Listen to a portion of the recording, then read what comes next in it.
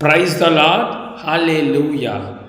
இன்று நம் ஆண்டவராகிய இயேசு கிறிஸ்து நமக்கு தருகின்ற இறைவார்த்தை யோவான் சுவிசேஷகம் 16ஆம் அதிகாரம் 20வது வசனம்.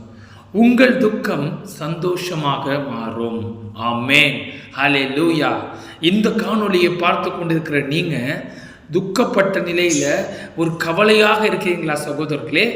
இன்று நம் ஆண்டவராகிய இயேசு கிறிஸ்து உங்களை பார்த்து சொல்கின்றார், மகனே மகளே, நீ கவலைப்படாதே, நான் உன் துக்கத்தை மாற்றி உனக்கு சந்தோஷத்தை தரப்போகிறேன் என்று சொல்கின்றார். இதை விசுவாசிக்கிறவர்கள் ஆமேன் என்று சொல்லுவோமா? ஆமேன், ஹல்லேலூயா.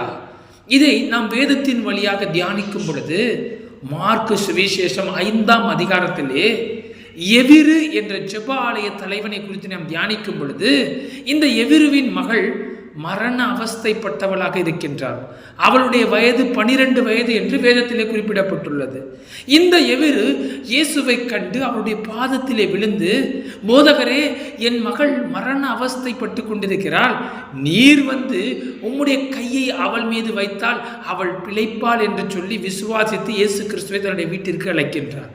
இயேசு கிறிஸ்துவும் அங்கே வந்து கொண்டிருக்கிறார். சகோதரர்களே, அவர்கள் வந்து கொண்டிருக்கும் பொழுது அவர் வீட்டிலிருந்து சில பேர் வந்து, போதகரை ஏன் வருத்தப்படுத்துகிறீர், உன் மகள் மரித்து விட்டாள் என்று சொன்ன பொழுது இயேசு கிறிஸ்து எவிருவை பார்த்து சொல்கின்றார், விசுவாசம் உள்ளவனாயிரு என்று சொல்கின்றார். இவ்வாறு இயேசு கிறிஸ்துவும் எவிரும் அவருடைய வீட்டிற்கு வந்த பொழுது இயேசு சொல்கின்றார், இந்த பெண் மரிக்கவில்லை, நித்திரையாயிருக்கிறாள் என்று சொன்ன பொழுது இயேசுவை பார்த்து நகைத்தார்களாம். இயேசு அனைவரையும் அப்புறப்படுத்திவிட்டு உள்ளே சென்று, தலித்தாகுமி, சிறு பெண்ணை எழுந்தறி என்று சொன்ன பொழுது அவள் எழுந்திருந்து உயிர் பெற்றவளாய் இருந்தாள்.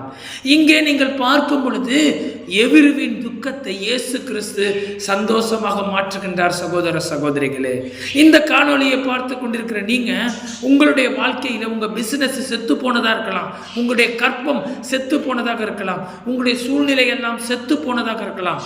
இந்த எவிருவின் மகளை உயிர்ப்பித்த இயேசு இன்று உங்கள் வாழ்க்கையிலே செத்து போனதை எல்லாம் உயிர்ப்பிக்க செய்து இன்று உங்கள் துக்கத்தை சந்தோஷமாக மாற்றப் போகின்றார். நடக்கவே இருக்காதுன்னு நினைக்கிறீங்களா? இல்லை, மனிதனால் கூடாது, தேவனால் கூடும். என் ஆண்டவராகிய இயேசு கிறிஸ்து இன்று உங்களை பார்த்து சொல்கின்றார், மகனே மகளே, விசுவாசம் உள்ளவனாயிரு என்று சொல்கின்றார். உங்களுடைய துக்கத்தை இன்றே சந்தோஷமாக மாற்றப் போகின்றார். நாம் ஜெபிப்போமா? ஸ்தோத்திரம் தகப்பனை, துதிக்கிறோம் அப்பா. அப்பா, இந்த காணொலியை பார்த்து கொண்டு பிள்ளைகளுடைய துக்கத்தை சந்தோஷமாக மாற்றுவதற்காக நன்றி செலுத்துகிறோம். அவருடைய பிசினஸ், கற்பம் எதாக இருந்தாலும் செத்த எல்லாவற்றையும் உயிர்ப்பிக்க வைத்து அவர்களுக்கு சந்தோஷத்தை கொடுப்பதற்காக நன்றி செலுத்துகிறோம். இயேசுவின் நாமத்தில் ஜெபி